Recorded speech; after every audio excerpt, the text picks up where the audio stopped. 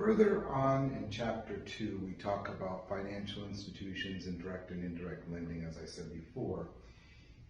Let's talk about that. Debt could be short-term or long-term. Short-term is usually with a year or less, while long-term is considered over 10 years. Now that's a 10-year bond or bills. Bills are very short-term. Now, and then you have those that are intermediate in between the two.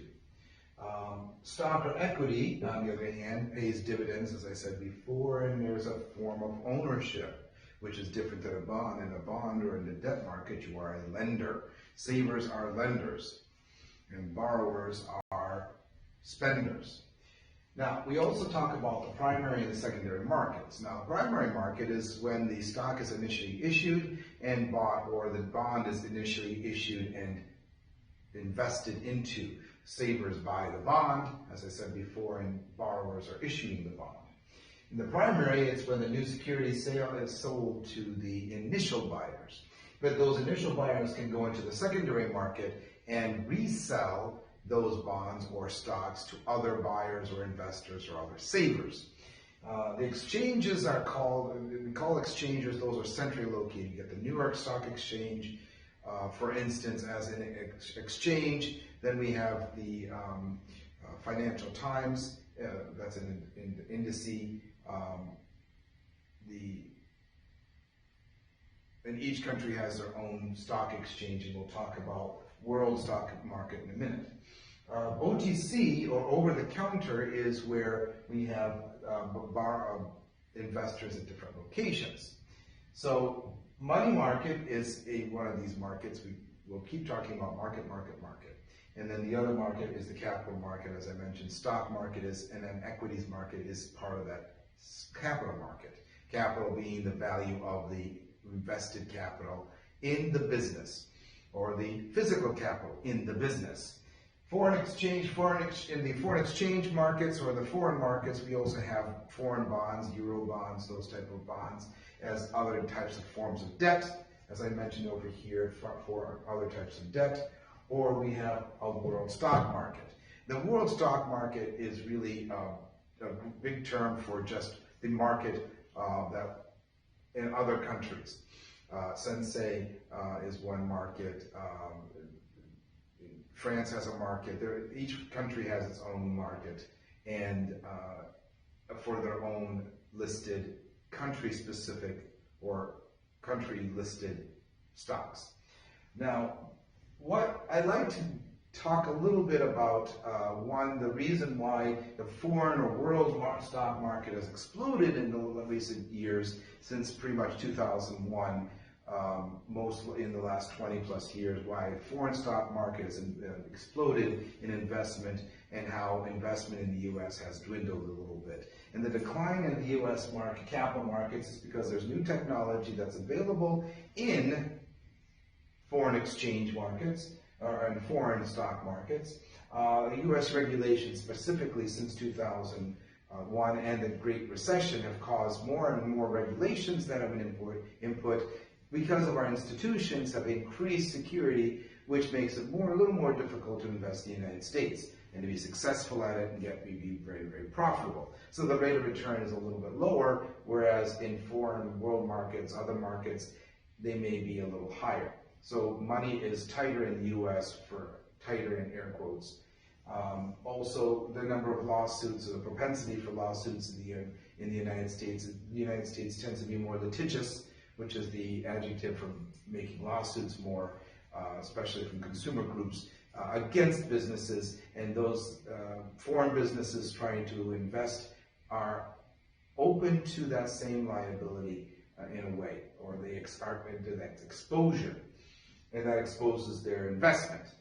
SOX, or the Sarbanes-Oxley law, that was also put in effect around prior to the Great Recession, was prompted from a lot of improprieties in the accounting, business accounting and corporate accounting. So the cost for U.S. listings because of that has gone up, which makes it more expensive to list in the United States or in U.S. markets. So foreign markets are cheaper and easier. Why would we why is there indirect lending?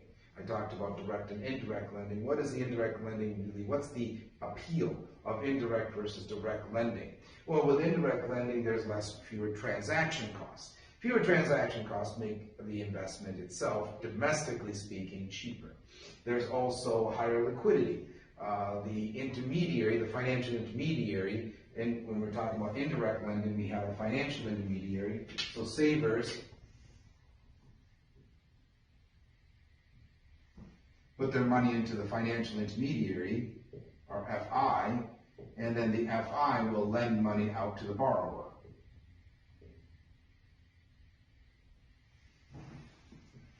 And that cycle, where the financial intermediary is in the middle, then the financial intermediary shoulders some of these transaction costs.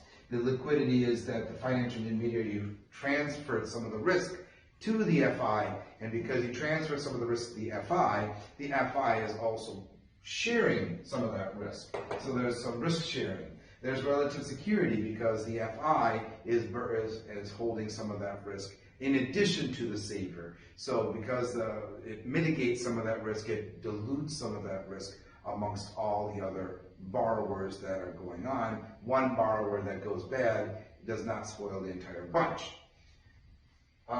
You are risk sharing, which means that the borrowers or the savers are sharing risk with the financial institution, and so that mitigates it a little bit. There's also more diversity in that the financial institution is lending out to the various borrowers, and so that you increase the diversity, and diversity in that the borrowers come from different industries or different sectors. And in that case, then you diversify your portfolio of loans, which means the savers are benefiting from ups and downs in individual sub-markets or individual sectors or industries, where one industry is going up and improving, then another sector may be going down. It mitigates some of that risk. And it also lowers asymmetric information. Asymmetric information is where one party has more information about a product or service than the other party. Usually it's sellers know more about what their products are than what the buyer really knows, and it takes more time and transaction costs, more cost for the buyer to research as much as they can to know as much as they can about that product that the supplier or the seller has. And financial institutions help mitigate some of that as well by reducing asymmetric information. Now, and we were talking about institutions, and the institutions that manage financial institutions, the institutions that manage banks. They manage this through a couple of different ways. They restrict entry into the market. It takes a lot more capital, and so there's economies of scale. That ensures soundness of the regulation.